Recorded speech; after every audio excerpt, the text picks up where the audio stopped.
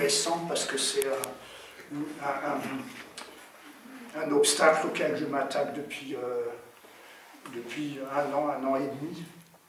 Oui, la littérature alsacienne, c'est bien davantage que le nunuche et le nian-nian qu'on entend et voit parfois sur scène, à certains endroits, et ces tout derniers temps même. On a envie alors de sortir son briquet et de dire homme, méditation orientalo-germanopratine, de chanter le dernier tube de Maryse Regenstiel, et surtout de dormir englué dans la terneté et l'esprit de sérieux. La littérature alsacienne couvre tout l'éventail humain. On ne le sait pas ou on l'oublie trop souvent. Elle vit, elle crie, elle pleure et elle rit. Ordurière et précieuse, stridente et grave, canaille et extatique, délirante et sentencieuse, mais pas trop. Bon, je ne fais pas de commentaires. Tragique et légère. Elle ne tolère pas, le plus souvent, que sur scène, on la transforme en bondieuserie recyclée, en sentimentalité micro- ou macro-bourgeoise. Elle devient alors comme un mets trop cuit, sans plus de vitamines et ramolli. De cela, elle se relèvera, elle se relevait déjà d'autres choses plus graves, mais au fait, elle n'est pas encore couchée. Partout et ailleurs, ici même, et dans nos essais à venir, si Dieu nous prête vie, nous nous y engageons à lui insuffler de l'air frais par les narines, si besoin, et avec une husse à flux. Il y a des Mulhousiens parmi vous? Oui. Bon, ça veut dire quoi? Alors, il n'est pas là, Jean-Marie. Bon, avec une pompe à vélo. Oui. Alors, il y a plusieurs versions, même en mulhousien, de ce mot. Et puis, la littérature alsacienne, elle s'écrit. Avant d'interpréter, il faut écrire.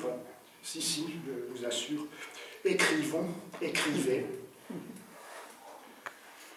Bien. Alors, bien sûr, comme Jean-Claude est là, je ne vais pas rater l'occasion de lire un texte que j'ai écrit sur Jean-Claude, mais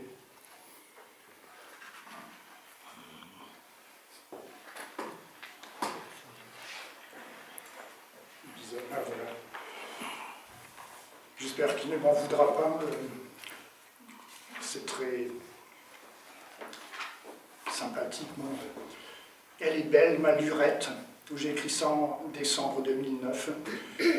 Jean-Claude Mayer, cette célébrité locale et régionale, dont la spécialité quarantenaire n'est pas la gastronomie, mais la récolte des coups de crosse de cops, a rangé mon blog parmi les liens du sien, qui se nomme La Feuille de Chou. J'en suis bien content et honoré.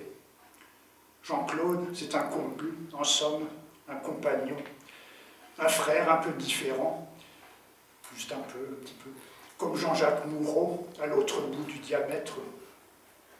JCM, c'est aussi un personnage de mon roman, Quand Élie parle, roman que j'ai publié en 2005. Mais je ne vous dirai pas sous quel pseudonyme il se dissimule non sans mal dans ce roman. En tout cas, dans mon roman, on trouve deux Jean-Claude. L'un a disparu de Strasbourg avec ses lorgnons de professeur allemand du XIXe siècle. L'autre est là, et bien là, récoltant les nions et les orions de certaines peuplades strasbourgeoises habillées de bleu ou de noir, et connu pour son caractère épanoui et ouvert à la nouveauté. Une riche moisson depuis 1968, le crâne du second Jean-Claude est tout bosselé, vous pouvez constater. Il ressemble à une betterave sucrière du riz d'Erstein quand les chevreuils viennent y croqueter. Voici 3 jours, quelqu'un a commenté à peu près en substance sur sa feuille de chou. Je retiens mes injures, mais vous êtes un salaud vert et baveux, un prouteux déjanté, un gant de toilette crasseux en feutre macéré. Jean-Claude a répondu en somme qu'il était trop bon, qu'il ne fallait surtout pas retenir ses injures, d'une part pas de cette manière-là, et d'autre part que ça donnait d'horribles maladies de retenir ses injures, comme le cancer du cœur et le glomérule vétilleux. Mais veillons, son blog semble en difficulté depuis hier, une fois de plus. Veillons aussi sur le Pumpernickel, cet excellent périodique satirique, maintenant en ligne, cette sorte de Luce phonique de Wissembourg, Autre lien mentionné, bien sûr, dans la feuille de chou, et qui existe depuis bien longtemps. Longue et belle lurette, à tous les deux. Lurette, qu'est-ce que c'est, lurette? Le mot vient de heurette, avec un H, heurette. Il y a belle lurette signifie il y a une petite heure. Voilà, vous aurez appris quelque chose. Maintenant, il neige à cœur fendre. Juste en face de là, ici, se regroupaient des pauvres gens arrivés de partout, voilà, c'est en 2009 déjà, de Serbie ou d'Afghanistan. Et oui, cela aussi appartient au destin de l'Alsace et aux déterminations même de sa christianité, du moins en principe. Et ce regroupement a été dissous par les autorités, entre guillemets, socialistes. N'en reste plus que les effiloches au branchage du tilleul, pas la moindre lurette d'espoir, et c'est encore pire. Bon, je ne vais pas finir sur le mot pire quand même.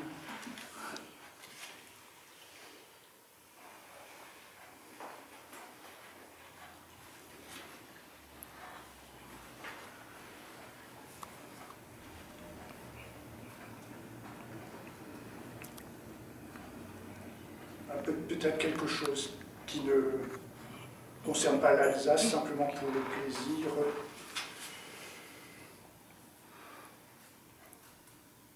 Moi, je vais lire ça, tiens, peut-être les deux, je pense que j'ai le temps.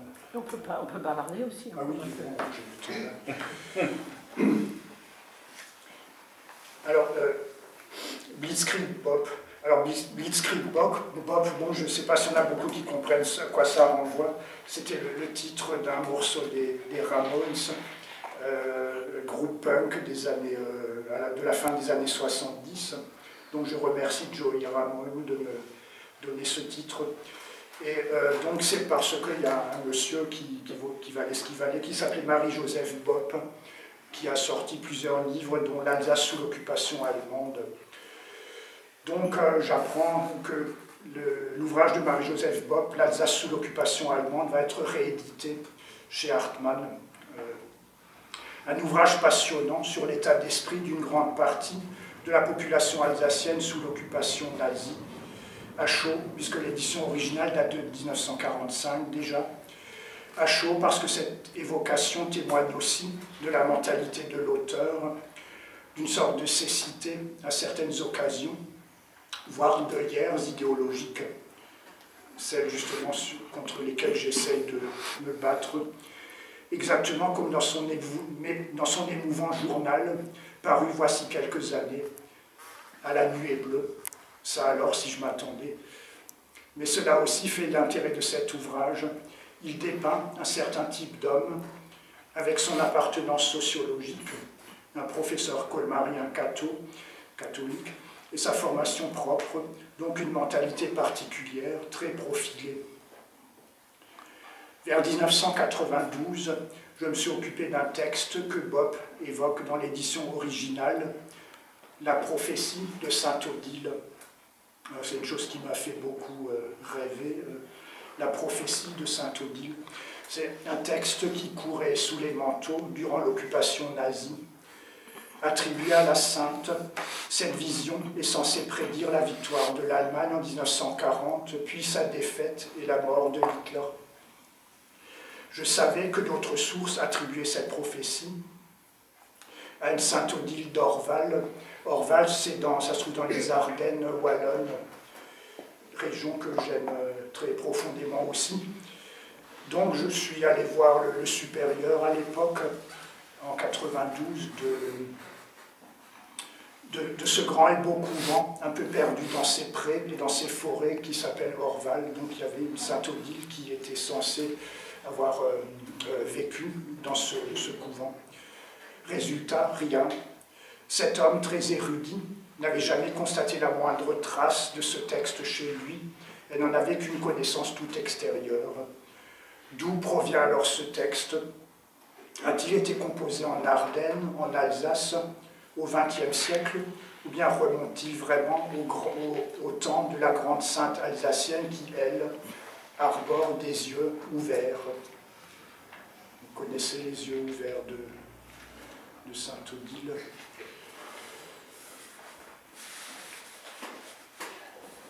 Les yeux ouverts de saint Odile, ce sont les yeux qui se trouvent dans sa Bible, donc c'est la Bible qui lui permet de voir. Bon, pour finir, donc, dandysme, élégance du philosophe, Schopenhauer. Le testament de Schopenhauer, le philosophe de Danzig, est mort en 1860, contient, outre toutes les dispositions usuelles, un petit texte latin. Schopenhauer y fait savoir qu'après sa mort, il faudra chercher dans tous les recoins de son bureau, vider ses encriers, déplier tous les billets, et enfin démonter sa table de travail et la scier en pièces. Citation donc, ainsi seulement on trouvera ce qui est de la plus haute importance.